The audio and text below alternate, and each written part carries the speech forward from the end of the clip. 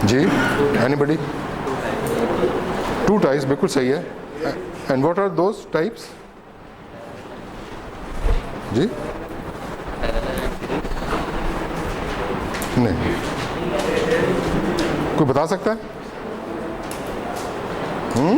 किसी को नहीं पता? तो रेजिस्टेंस दो टाइप के होते हैं, एक कहलाते हैं फिक्स्ड रेजिस्टेंस और दूसरे कहलाते हैं वेरिएबल रेजिस्टेंस।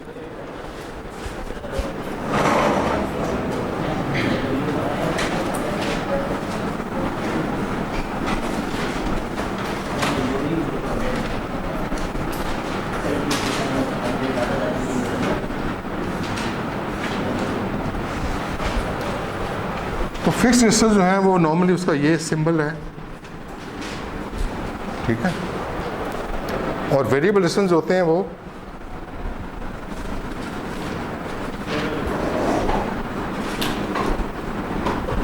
इस तरह का उसका सिंबल होता है, ठीक है ना। इसका मतलब है कि अगर मैं इसके अक्रॉस वैल्यू देखना चाहता हूँ रेजिस्टेंस की, I will use ohm meter. अगर मैं इसको ऊपर नीचे मूव करूँ तो ये वैल्यू जो है क्या होगी, चेंज हो जाएगी।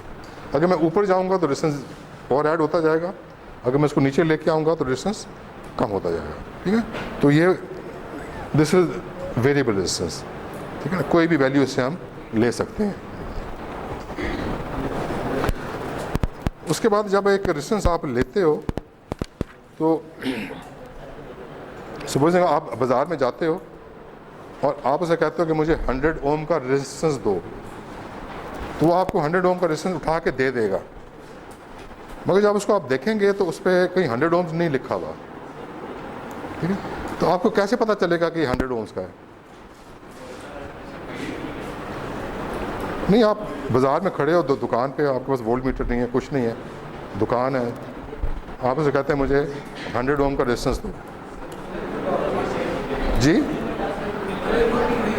हाँ, बिल्कुल सही जवाब है इनका। उसके ऊपर लिखा कुछ नहीं होता, मगर उसके ऊपर कलर कोडिंग होती है, कलर बैंड्स होते हैं उसके ऊपर, ठीक है ना। उन बैंड्स को आपने डी कोड करना होता है, उसको अंडरस्टैंड करना होता है कि ये अगर ये बैंड का ये कलर है, ठीक है ना। और बैंड बहुत से होते हैं, 5 मैक्सिमम 5 बैंड होते हैं, ठीक है। उन बैंड्स को देख के आप एक तो अंदाज़ा लगाते हो कि ये जो रजिस्टर है इसकी वैल्यू क्या है, दूसरा आप अंदाज़ा लगाते हो कि ये रजिस्टर जो है इसकी टॉलरेंस क्या है, मतलब अगर मैंने 100 ओम्स का ख़रीदा है तो इसकी टॉलरेंस क्या है, ठीक है। आप 100 ओम का ख़रीदते हो, अगर उसकी टॉलरेंस 5% है तो वो रेजिस्टेंस 105 ओम भी हो सकता है और 95 भी हो सकता है। मतलब आप उसको लेकर आप घर आएँ और वोल्ट मीटर से मेजर करें, ओम मीटर से, ठीक है। आप देखते हो ये तो 102 ओम्स बता रहा है या 103 ओम बता रहा है, मगर मैन्युफैक्चरर ने बैंड एक दे के बताया हुआ है कि भाई ये बता सकता है क्योंकि इसकी टॉलरेंस ही 5% है, ठीक है ना। तो 105 तक अगर उसकी वैल्यू आती है तो it is okay, because manufacturer ने खुद बताया कि भाई ये जो रेजिस्टेंस है इसकी टॉलरेंस जो है वो इतनी हो सकती है, 95 भी हो सकता है, प्लस माइनस है ना, ठीक है। और उसकी वैल्यू जो है वो भी उन बैंड के ज़रिए आप पढ़ सकते हो, ठीक है। तो अभी हम आज स्टडी करेंगे कि भाई how to decode those bands. Already मेरे ख्याल स्टूडेंट्स ने किए भी होंगे, मैट्रिक FSC में बैंड्स पढ़े हुए, कोडिंग शोडिंग। तो आज करते हैं, अगर नहीं भी पढ़े हुए तो आज इसको रिपीट कर देते हैं।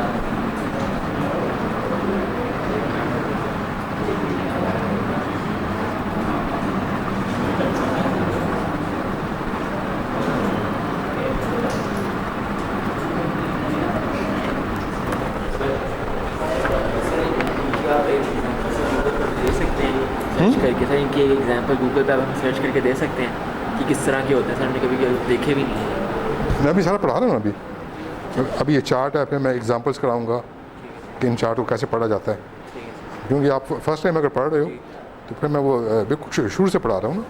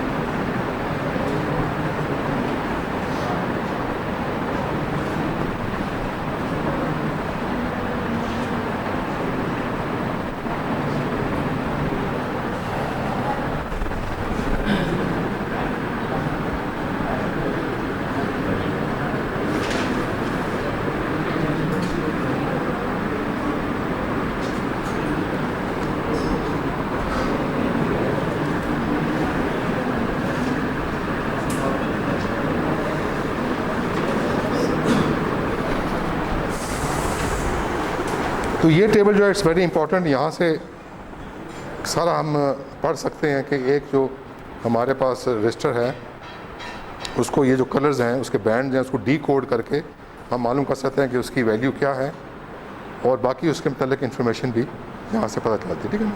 तो यहाँ देखें, यहाँ का लिखा हुआ है बैंड 1 2 3, ठीक है ना। यहाँ मैंने स्टार इसलिए डाला है कि यहाँ बैंड 1 2 3 लिखा है, यहाँ दोबारा मैंने बैंड 3 लिखा हुआ है, ठीक है। तो ये चीज़ जब मैं करूँगा न्यूमेरिकल तो मैं साथ साथ एक्सप्लेन करूँगा तो आप सही समझ आ जाएगी आप, ठीक है ना, कि ये दो क्यों लिखे हुए हैं।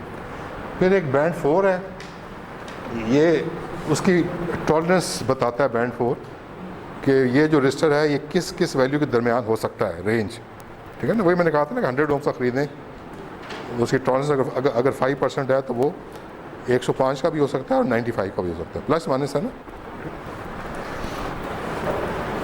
तो बैंड 1 2 3 में देखें कलर्स लिखे हुए हैं, black brown red orange yellow green blue violet grey white, ठीक है। और उसके कॉरस्पॉन्डिंग यहाँ नंबर्स हैं 0 1 2 3, ठीक है ना। तो इनको हम यूज़ करेंगे डिकोडिंग करते हुए, ठीक है। यहाँ बैंड 3 जो है इस पर लिखा हुआ है 0.1 गोल्ड, अगर गोल्ड बैंड हो तो 0.1 से हमने उसको मल्टीप्लाई करना है, ठीक है। और अगर सिल्वर कलर हो तीसरा बैंड तो 0.01 से मल्टीप्लाई करना है रेजिस्टेंस की वैल्यू कैलकुलेट करने के लिए, ठीक है ना। ये भी देख लो, ये चौथा बैंड अगर गोल्ड है तो इसका मतलब है कि उसकी टॉलरेंस क्या है, प्लस माइनस 5%, अगर सिल्वर है तो प्लस माइनस 10%, और अगर कोई बैंड नहीं है, मिसिंग है चौथा बैंड, तो प्लस माइनस 20% हो सकती है। यानी अगर 100 ओम का रेजिस्टेंस खरीदें तो वो 120 ओम भी हो सकता है और 80 ओम भी हो सकता है, ठीक है। उसके बाद ये रिलायबिलिटी फैक्टर आ जाता है। रिलायबिलिटी फैक्टर ये होता है कि अगर पांचवा बैंड ब्राउन है तो इसका मतलब ये है कि अगर आप 100 रेजिस्टेंस लें, ठीक है, और उनको टेस्ट करें फॉर 3000 आवर्स या 4000 आवर्स, उसमें करंट शरण पास करें, ठीक है, और उसके बाद चेक करें कि वो जो 100 रजिस्टर है उसमें कोई ख़राब तो नहीं हुआ, तो चांसेस है कि एक ख़राब होगा। 100 का 1% क्या होता है 1, तो चांसेस हैं कि 100 में से एक ख़राब होगा। या आपने अगर 500 टेस्ट किए हैं तो चांसेस हैं कि 5 ख़राब हो सकते हैं, वो मैन्युफैक्चरर खुद कहता है ये ख़राब होता है। तो 1% इसकी जो रिलायबिलिटी क्या है कि हर 100 में से जो है ना वो एक ख़राब हो सकता है, ठीक है ना। 1000 अगर हैं तो उसमें 10 ख़राब हो सकते हैं। अगर ये बैंड पांचवा बैंड रेड है तो इसका मतलब है कि आप 1000 रेजिस्टेंस लें और उनको टेस्ट करें तो उसमें चांस है कि एक ख़राब होगा, कितने में से 1000 में से। तो ये रेजिस्टेंस ज़्यादा रिलायबल है। क्यों ज़्यादा रिलायबल है? क्योंकि 1000 में से एक ख़राब हो रहा है, इसका मतलब है कि बाकी इतने ज़्यादा रेजिस्टेंस जो है वो ख़राब नहीं हो रहे। और अगर ये बैंड ऑरेंज हो, ठीक है, तो फिर आप 10,000 अगर रजिस्टर लें, 10,000 उसमें से एक ख़राब होगा टेस्ट करने में। और अगर आप जी 10,000 क्या ओपन का रेजिस्टर। नहीं, 10,000 कंपोनेंट्स उनको आप टेस्ट कर रहे हैं ना। अगर आप 1 लाख में रजिस्टर्स, ठीक है, उनको टेस्ट करें, उसमें से एक ख़राब होगा, तो उसकी रिलायबिलिटी क्या है? 0.001%। ये वाले resistors they are very expensive, क्योंकि ख़राब नहीं होते। 1 लाख में से एक जो है वो ख़राब होना, उसको हम नेग्लिजिबल कहते नहीं। ये ज़रा सस्ते हैं, ये उससे सस्ते हैं, और ये सबसे सस्ते हैं, क्योंकि इनमें चांसेस हैं कि बहुत से रजिस्टर्स ख़राब हो जाएंगे, ठीक है। अभी व्हाट वी डू इज़ कि let us do a numerical, ठीक है ना, 1-2 एग्जांपल्स करते हैं, and we again go back to our board, ठीक है ना। ये जो टेबल है, तो वो एग्जांपल से फिर इस टेबल को दोबारा स्टडी करते हैं। वहाँ बहुत सी चीज़ें जो अभी भी डाउट्स हैं आपके माइंड में, वो क्लियर हो जाएंगे इंशाल्लाह, ठीक है। तो late us do 1 or 2 numericals.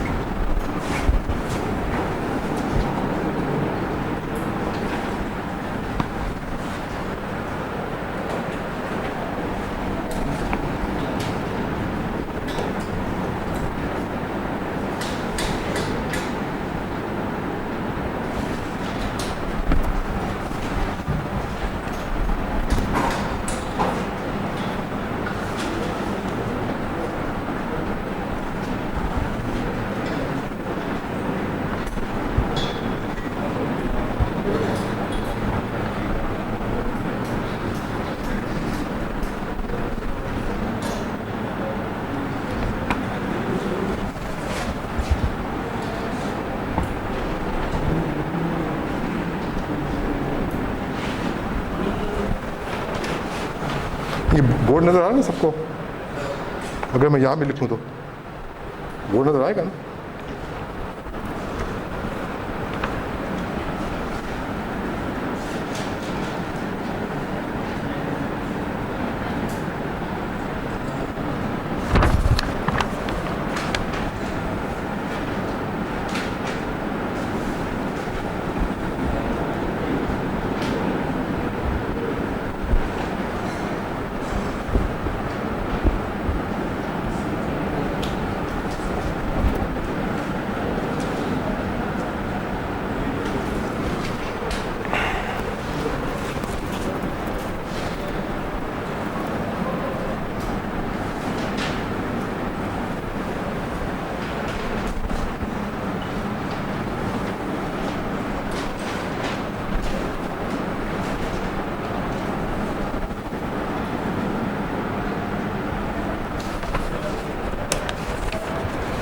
तो आपने एक रजिस्टर लिया है, तो उसके ऊपर रेजिस्टेंस जो है वो लेट अस से कि ये रेजिस्टेंस है, ये जो एंड के अंदर 2 वायर्स निकली हुई हैं, इससे हम कनेक्ट करते हैं, ठीक है। तो इसके ऊपर बैंड्स होंगे। बैंड का क्या मतलब होता है? डिफरेंट कलर्स के बैंड्स होंगे। बैंड जो आप बांधते हैं ना, इसका मतलब है कि इतनी थिक चीज़ और उसका पूरा बैंड बन जाता है, ठीक है। तो इस तरह के कलर बैंड्स होंगे।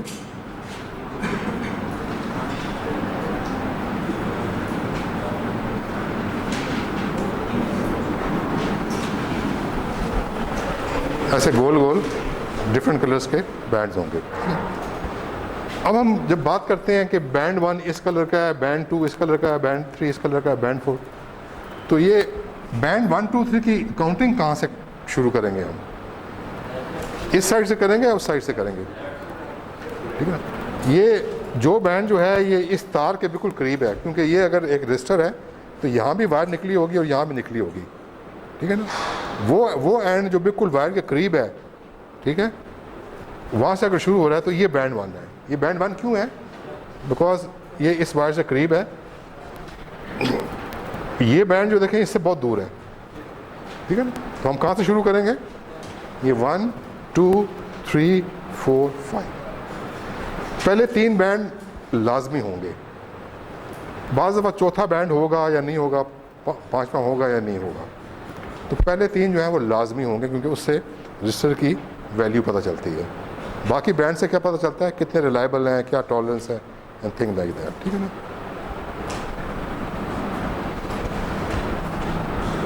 अब आप देखें कि मैंने पहला बैंड देखा, कलर उसका क्या था? ग्रे। दूसरा बैंड जो देखा उसका कलर रेड था, तीसरे का ब्लैक था, चौथे का गोल्ड कलर था, 5वें का ब्राउन कलर था। अब उस टेबल पर जाएं, बताएं बैंड 1 2 3 में कौन कौन से कलर्स हैं और क्या क्या नंबर है। ग्रे का क्या नंबर है? तो यहाँ 8 लिख दें। रेड का क्या है? ब्लैक, गोल्ड,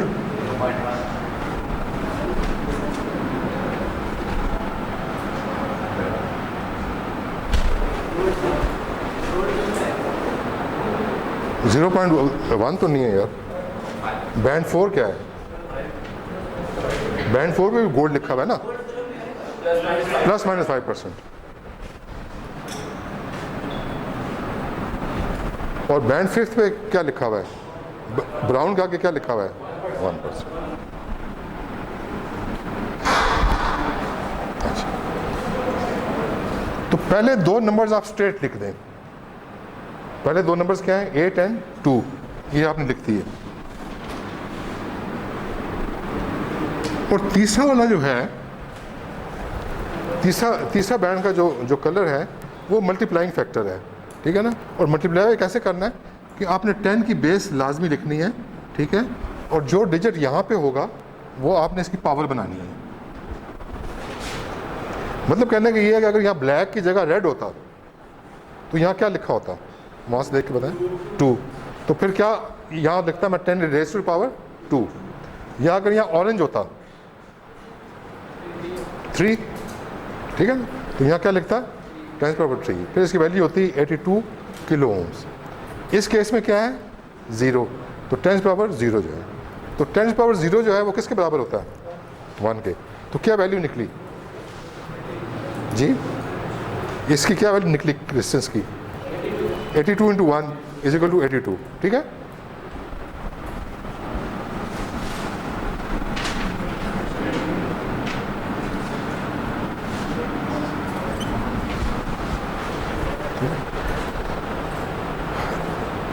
अब बैंड 4 जो है वो देखें, उसके ऊपर क्या लिखा है?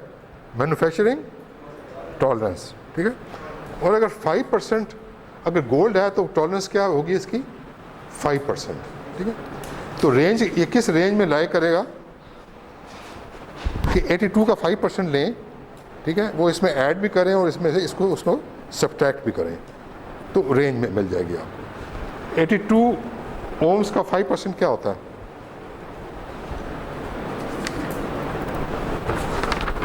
5% ऑफ 82 क्या होगा?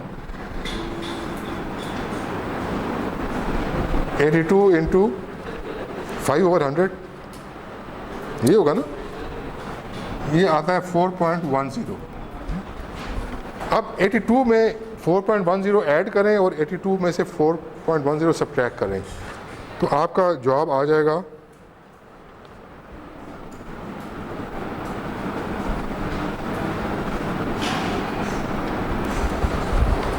इसका मतलब है कि अगर आप बाज़ार से एक रेजिस्टेंस ख़रीदते हो, उस पर ये कलर कोडिंग है, तो उसकी वैल्यू जो है वो 82 ओम्स का वो रेजिस्टेंस आपने मांगा था, तो उसकी वैल्यू जो है वो 77.9 भी हो सकती है, इससे नीचे नहीं होनी चाहिए, ठीक है, और 86.1 भी हो सकती है, और इन बिटवीन कोई वैल्यू हो सकती है, ठीक है ना। 81 हो सकता है, 82 हो सकता है, 84 हो सकता है, 78 हो सकता है, 79 हो सकता है।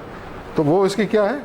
मैन्युफैक्चरिंग टॉलरेंस, एक मैन्युफैक्चरर खुद कह रहा है कि भाई मैंने 82 ओम्स रजिस्टर बनाने की कोशिश की थी मगर इतनी एक्यूरेसी नहीं मेंटेन हो सकती, ठीक है, तो थोड़ा सा वैल्यू क्या होगी, प्लस माइनस होगी, और प्लस माइनस कितनी होगी, 5%, विच मीन्स कि उसकी जो रेंज है जो उसने पूछी है, फाइंड द रेंज, ठीक है ना, इन विच दिस रजिस्टर लाइज, तो वो रेंज क्या है।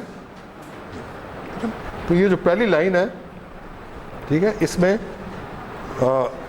ये जो, और इसमें what is the manufacturing tolerance, ठीक है, उसमें ये चीज़ जो है सारी की सारी कवर हो गई। फिर वो कहता है कि इसकी रिलायबिलिटी कितनी है, ठीक है, इसकी मैन्युफैक्चरिंग टॉलरेंस क्या है और रिलायबिलिटी पूछ रहा है। तो रिलायबिलिटी किस बैंड में होती है, बैंड 5 में, और अगर वो बैंड 5 ब्राउन है तो इसकी रिलायबिलिटी कितनी होगी, 1%। तो आपका आंसर है यहाँ पर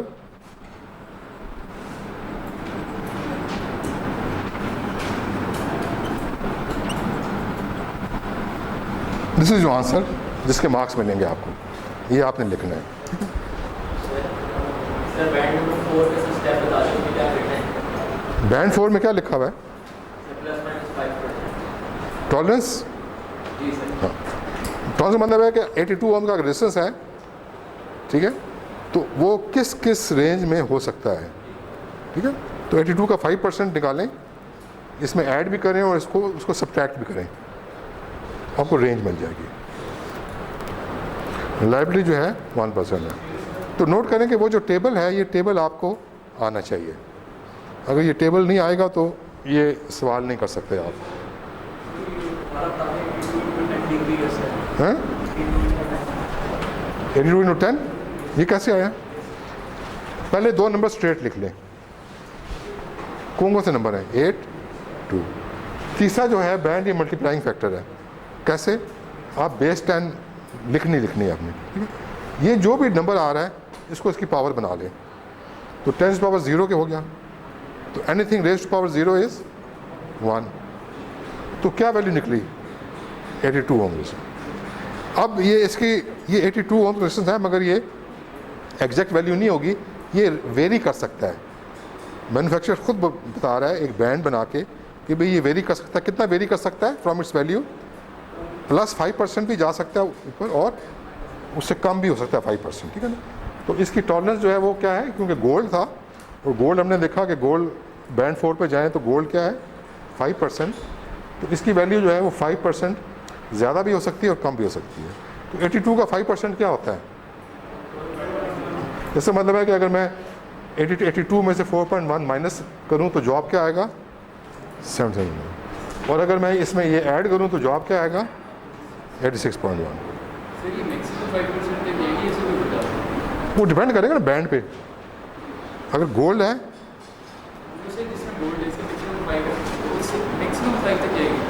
हाँ जानी चाहिए सूलन, अगर नहीं जा रही तो वो फिर आप उसको वापस कर सकते हो जहाँ से ख़रीदा है कि भाई ये गलत है इस चीज़ में, ठीक है। कुछ थोड़ी बहुत समझ आई है, एक और करते हैं न्यूमेरिकल, उसमें और जो चीज़ें रह गई हैं उसको मैं कवर कर लेता हूँ, ठीक है।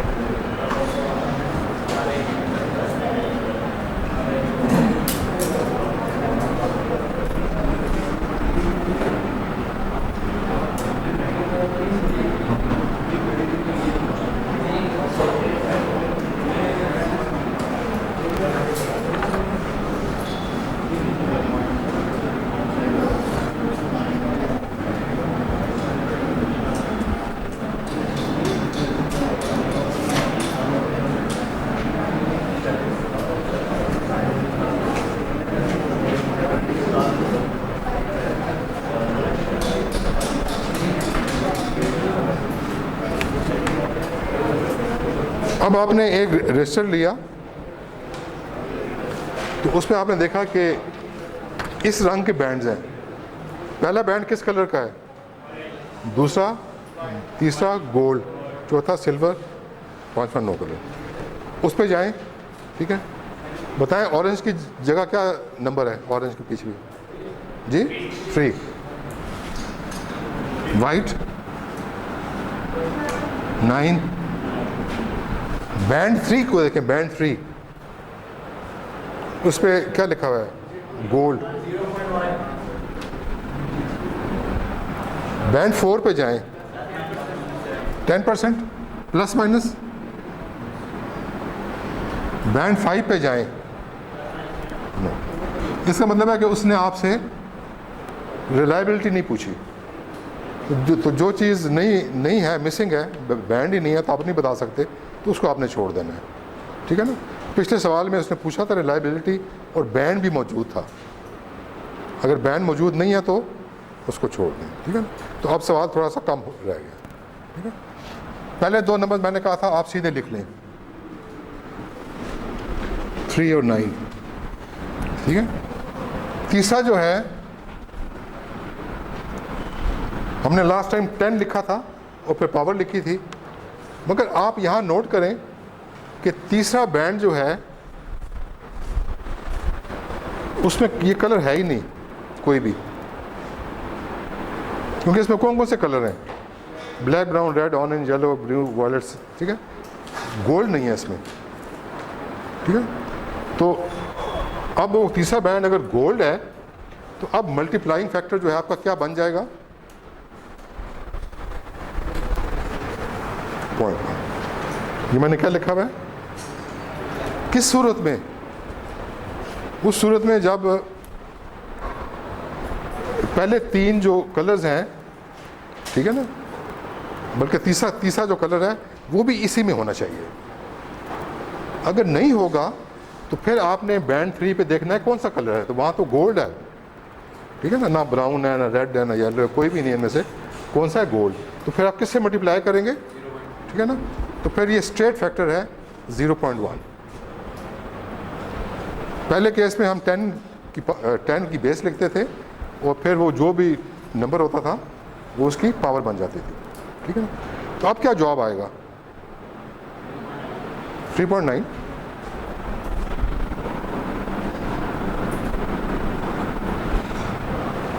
अब इसकी टॉलरेंस देखनी है, क्योंकि हमने रेंज निकालनी है ना। तो रेंज क्या होगी कि हमने टॉलरेंस कैलकुलेट करके इसमें ऐड करेंगे, सब्ट्रैक्ट करेंगे तो रेंज मालूम हो जाएगी, ठीक है। तो ये जो रेजिस्टेंस है इसकी टॉलरेंस क्या है, टॉलरेंस का कौन सा बैंड है, बैंड 4। बैंड 4 में बैंड 4 में अगर सिल्वर बैंड है, ठीक है, तो क्या टॉलरेंस लिखूंगा, प्लस माइनस 10%। तो 3.9 का 10% आप निकालें, वो इसमें जमा भी करें और इसमें से माइनस भी करें, तो 10% ऑफ 3.9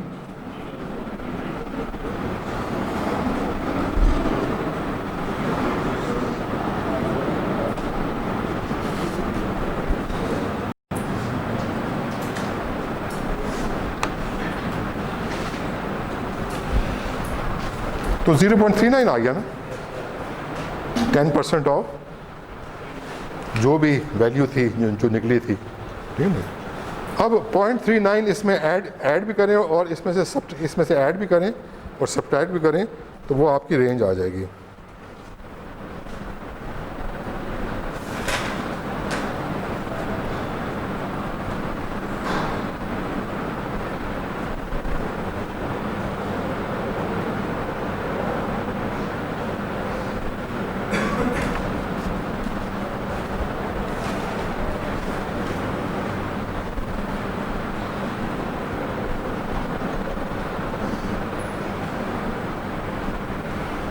ठीक है, मतलब है कि 3.9 जो है उसमें से हमने माइनस करना है कितना, ठीक है, तो एक वैल्यू आ जाएगी और फिर हमने इसमें ऐड करना है, तो ये क्या आ जाएगा जवाब, 4.2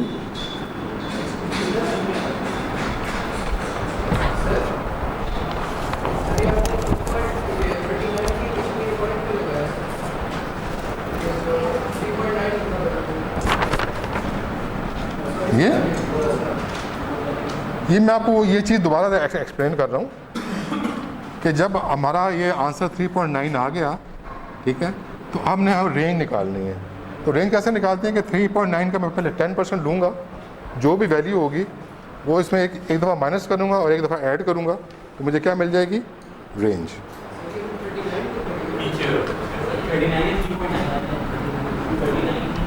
ये 39 को जब मैंने मल्टीप्लाइंग फैक्टर से मल्टीप्लाई किया तो जवाब क्या आ गया, 3.9। जब 3.9 का मैंने 10% लिया तो जवाब 0.39 आ गया। अब 0.39 को आप इसमें से सब्ट्रैक्ट करें पहले और फिर इसमें ऐड करें तो वो आपको रेंज मिलेगी। इसमें अगर कोई थोड़ी मोटी गलती है तो डजेंट मैटर, ठीक है, जस्ट टू टेल यू कि दिस इज़ द रेंज। ठीक है, समझ आ रही है ना।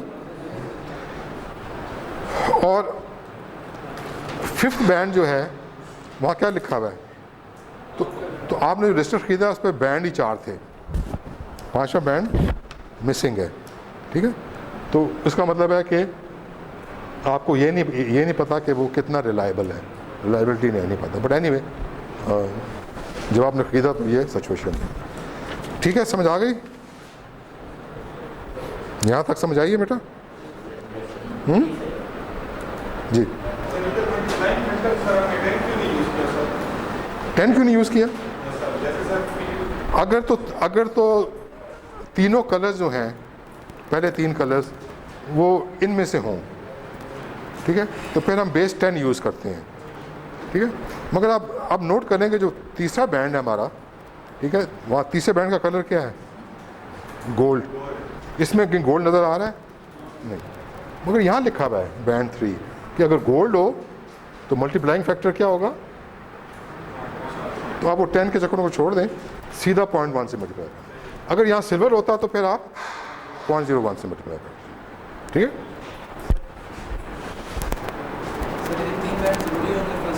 जी 3 बैंड जरूरी होंगे पहले जी, इसमें 3 कलर लाजमी हैं। इसमें अगर कोई एक बैंड मिटा हुआ है या कुछ है तो फिर नहीं आप कर सकते कैलकुलेट, फिर तो आपको पता ही नहीं होगा कैसे। पहले 3 लाजमी है। ठीक है, 4th और 5th बैंड अगर मिसिंग है तो चलो, 4th बैंड जो है वो अगर मिसिंग है तो उसे टॉलरेंस ही नहीं दी हुई।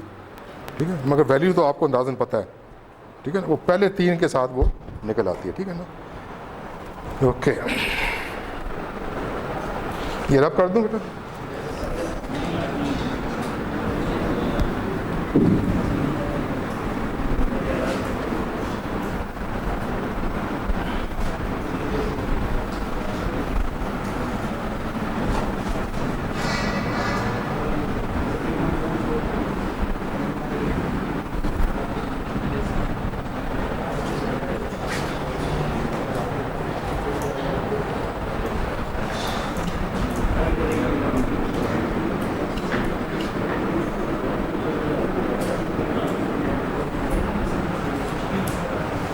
तो रेजिस्टेंस को मुहैया करने के लिए मैं पहले ही बताया था कि कौन सा इंस्ट्रूमेंट इस्तेमाल होता है, ओम मीटर।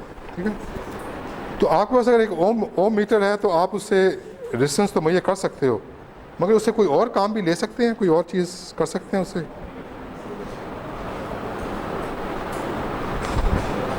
एक तो सिंपल सी बात है, जो भी रेजिस्टेंस है उसके क्रॉस आपने लगाया इसको तो वो आपको शो कर देगा जितनी भी वैल्यू है। अगर 100 ओम्स का है तो सुई 100 पे आ जाएगी। ठीक है, अगर 500 ओम्स का है तो 5 पे आ जाएगी। ठीक है, और इसके अलावा वो उससे क्या काम ले सकते हैं, कोई बता सकता है? तो पहला काम जो ये कर रहा है वो क्या कर रहा है कि it is measuring the value of the component. जो भी रजिस्टर है उसकी वैल्यू मेजर कर रहा है।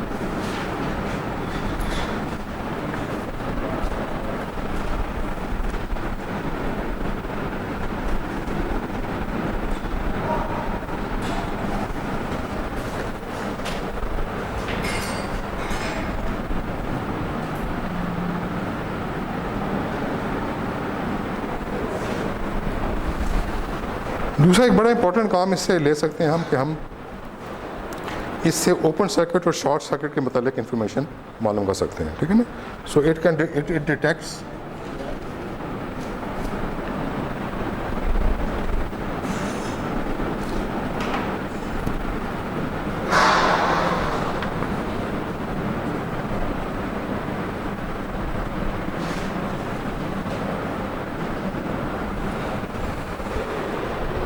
तो फॉर एग्ज़ाम्पल आपके कोई डिवाइस काम नहीं कर रही, ठीक है, तो फॉर एग्ज़ाम्पल आपका चार्जर है, ठीक है ना, आपने लगाया हुआ है, तो वो चार्जर से तार जो है वो आके आपके मोबाइल पे लगी हुई है, ठीक है ना, वो चार्ज नहीं कर रहा, ठीक है। तो आप देखते हो कि क्या रीज़न, तो सबसे पहले आप रीज़न ये देखोगे कि क्या आया वो जहाँ से मैंने वो तार लगाई हुई है प्लग में, ठीक है ना, वो तार की कॉन्टीन्यूटी वहाँ तक है कि नहीं, कि तार तो नहीं टूट गई, क्योंकि वो बहुत बारीक तार होती है, आपने देखी होगी, वो टूट सकती है, ठीक है ना।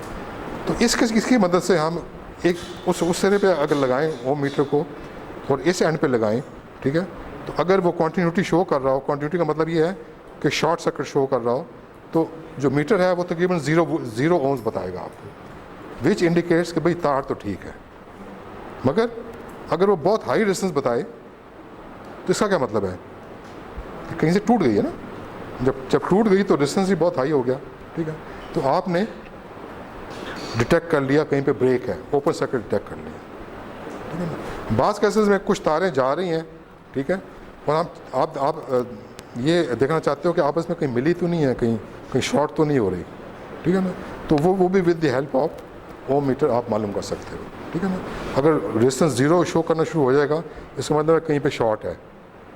शॉर्ट का मतलब होता है कि कॉन्टीन्यूटी शो कर देगा, आप चाहते हो शॉर्ट ना हो, ठीक है ना, तो शॉर्ट इसलिए ना हो कि अगर 220 वोल्ट्स आ रहे हैं तो कहीं पे दो तारें शॉर्ट हो जाएंगी तो आग भी लग सकती है, ठीक है ना, आग लगेगी, हीट प्रोड्यूस होगी, स्पार्किंग होगी, ठीक? तो ये दो चीज़ें आप उससे मालूम कर सकते हैं, ठीक है। उसके बाद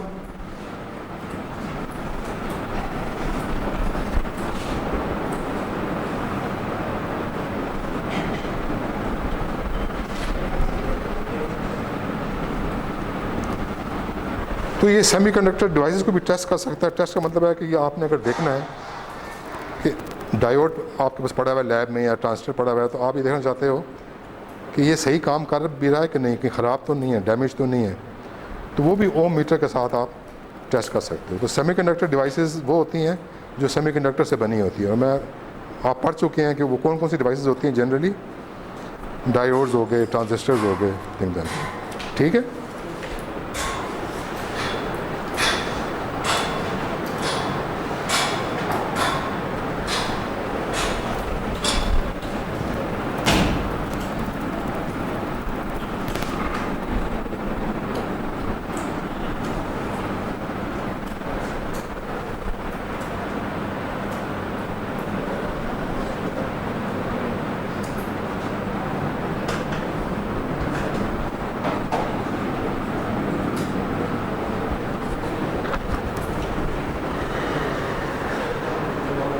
check continuity of network connections.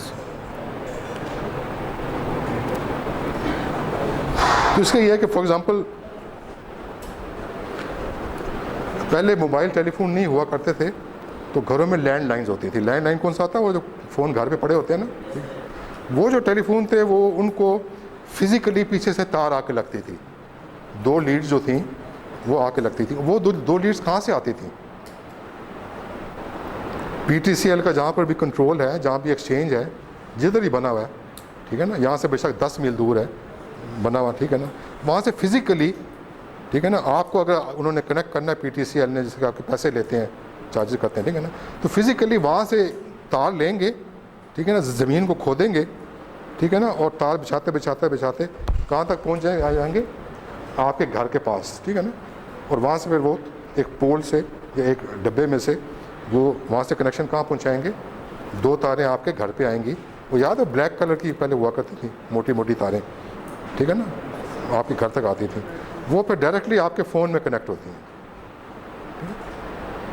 अगर ये तार जो है कहीं से टूट जाए, ठीक है, तो फिर उसकी फॉल्ट फाइंडिंग कैसे करते थे, ठीक है ना, क्या करने का तरीका है? तो वो भी ओम मीटर को यूज़ करके ही उसको फॉल्ट फाइंड किया जाता है, ठीक है। उसमें थोड़ा सा प्रॉब्लम ये होता है कि फॉर एग्ज़ाम्पल जब वो तार ले करते हैं अपने उससे, तो एक मोटी सी तार होती है, उसके अंदर बारीक 500 या 600 तारें होती हैं, ठीक है ना। अगर उसके अंदर 600 वायर्स हैं तो उससे 300 पेयर्स बन जाते हैं। तो उसके साथ 300 क्लाइंट्स को वो लैंडलाइन दे सकते हैं, क्योंकि कितने पेयर्स बन जाते हैं, 300, ठीक है। अब वो जो एक रोल होता है उनका, वो बहुत बड़ा होता है, 500 मीटर का होगा या 1000 मीटर का होगा, ठीक है ना। तो वो क्या करते हैं, ट्रेंच खोदते हैं, ज़मीन खोदते हैं और उसमें वो मोटी केबल बिछा देते हैं, ठीक है। उसके बाद आगे एक डब्बा सा बना के उधर जोड़ लगाने के लिए अगली केबल बिछाते हैं, एंड सो ऑन, ठीक है। तो काफ़ी मेहनत का काम है। उसमें अगर कहीं बीच में से कोई लाइन ब्रेक हो जाए, ठीक है, तो उसको रिपेयर करना बहुत मुश्किल है, बिकॉज उसको जो है केबल को वापस निकालना, फिर वो जो बड़ी केबल है उसको काट के, तो वो ये ढूंढना कि उन 400 में से या 600 में से कौन सी तार जो है टूटी हुई नहीं टूटी हुई, वो पॉसिबल नहीं है, ठीक है। मगर ओम मीटर की मदद से ये काम जो है ये बड़ी आसानी से हो सकता है, ठीक है ना। तो फॉर एग्ज़ाम्पल वो क्या करते हैं,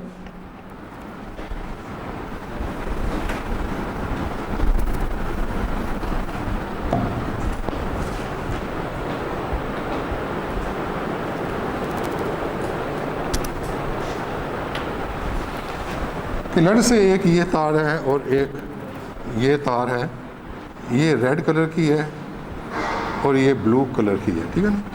तो वो सारी तारें जो हैं उनके कलर्स डिफरेंट होते हैं। आपको उन्होंने एक पेयर दिया है, 2 तारें दी हैं, एक तार रेड कलर की है, एक ब्लू कलर की है। तो आप का मसला ये हुआ कि आपका फ़ोन काम नहीं कर रहा, डेड हो गया, तो आप उनको रिंग करते हो कि भाई मेरा फ़ोन डेड हो गया, तो फॉल्ट फाइंडिंग करो, ठीक है। तो वो फिर उनका जो बंदा आता है ना, वो यही फॉल्ट फाइंडिंग करता है कि भाई कौन सी तार टूटी हुई है, पहले वो चेक करता है।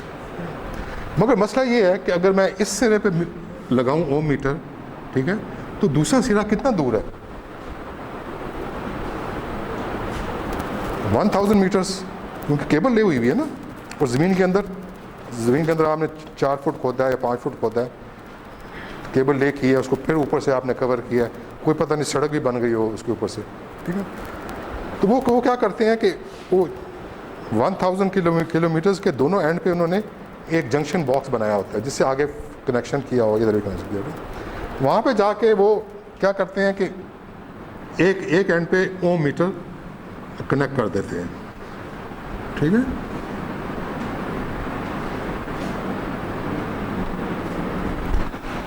तो फ़ोन पे वो एक इनका बंदा दूसरे एंड पे बैठा होता है, उससे कहते हैं यार रेड और ब्लू को आपस में शॉर्ट कर दो। तो वो क्या करता है, इसको और इसको टेम्परेरली, बेशक के साथ हाथ के साथ भी कर सकता है या थोड़ा सा जोड़ लगा सकता है, ठीक है ना। तो वो ये देखते हैं कि जब उसको कनेक्ट किया तो ये जो नीडल है ये कम वोल्टेज कम रेजिस्टेंस बता रही है कि ज़्यादा रेजिस्टेंस बता रही है, ठीक है। अगर तो ये सही है ये 2 तारें, तो क्या होगा, बहुत कम रेजिस्टेंस होगा, बिकॉज शॉर्ट चेक कर लिया, इसका मतलब है ये तार भी है, ठीक है, ये भी तार है। मगर अगर ये तार यहाँ से टूटी हुई है, किसी वजह से ब्रेक है, तो क्या होगा, बहुत ज़्यादा रेजिस्टेंस शो करेगा। वो क्या इंडिकेट करेगा कि या ये तार टूटी हुई है या ये तार टूटी हुई है, ये भी तो हो सकती है। लेट अस से ये टूटी हुई थी, अब वो कैसे मालूम करे कि ये है, कैसे करेगा, कोई आइडिया दे हैं। वो क्या करेगा कि लेट से कि एक तीसरी तार भी वहाँ पे जा रही है और वो ग्रीन कलर की है, तो वो उसे कहेगा यार आप ऐसा करो कि वो पहला शॉट ख़त्म कर दो और ब्लू और ग्रीन को आपस में जोड़ दो। तो ये उसने ख़त्म कर दिया और इसको जोड़ दिया, और उसका जो मीटर है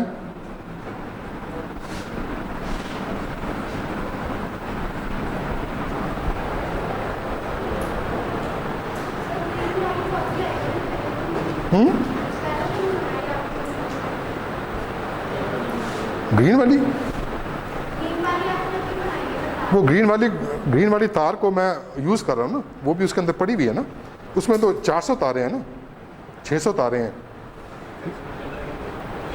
अब अगर दोबारा ब्रेक आ रही है तो क्या मतलब है, इसके चांसेस ज़्यादा हैं, क्योंकि इधर से भी ये ओपन शो कर रहा है, इधर से भी ओपन शो कर रहा है। ठीक है, मज़ीद कंफर्म करने के लिए आप ये भी कर सकते हो कि यहाँ पर एक ब्राउन केबल भी है एक, वो कहते हैं यार आप ग्रीन और ब्राउन को मिलाओ। ठीक है, आप अपना मीटर जो है वो इधर और इधर लगाते हैं। अब ये सही शॉर्ट शो कर रहा है, इसका क्या मतलब है ये ठीक थी, ये लाजमी यही ख़राब है। मगर फ़ायदा क्या है कि वो जो 1 किलोमीटर परे जो बंदा बैठा हुआ है, ठीक है ना, उसका खाली कम्युनिकेट कर रहा है वो, ठीक है, उसे कह रहा है ऐसे कर लो ऐसा कर लो, क्योंकि यहाँ बैठ के एक सिरे पे वो मीटर यहाँ लगाना, अब उसका 1 किलोमीटर लंबा हाथ तो है नहीं कि यूँ करके जाके दूसरी जगह पे लगा दे, या इतनी लंबी तार भी चाहिए होगी ना वो मीटर की उधर करने के लिए। So this is how they find the through continuity method.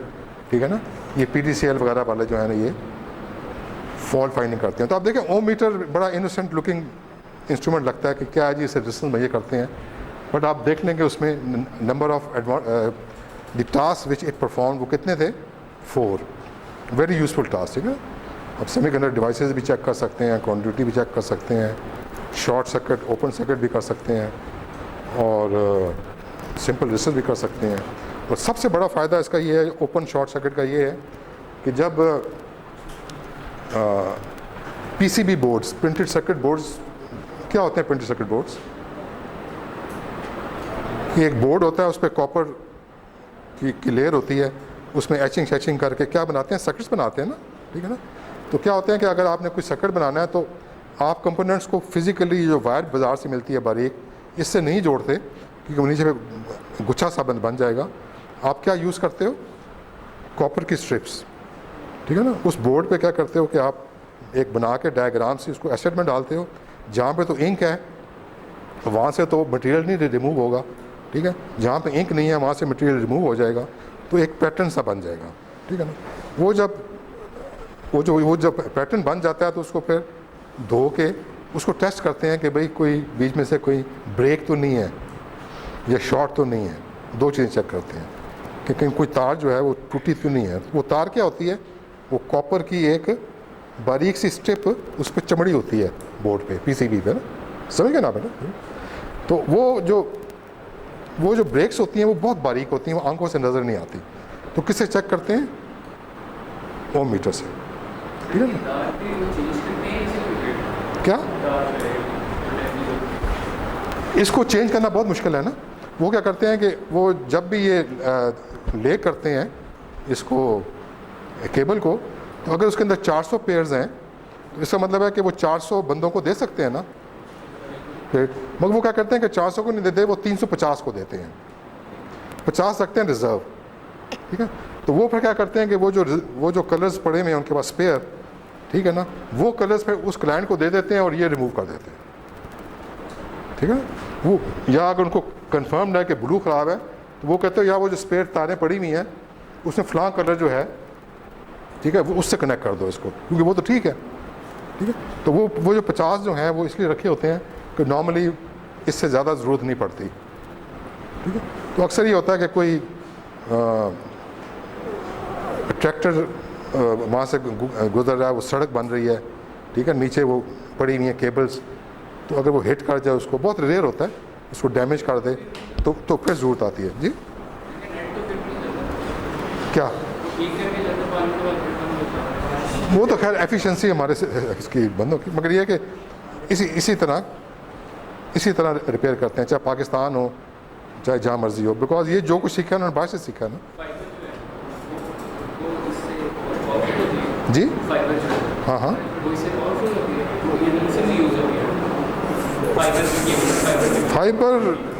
Fibre का और सिस्टम है। ओके, एनी क्वेश्चन बेटा? मंदिर के अंदर ताले होते हैं, जो मंदिर के अंदर होती है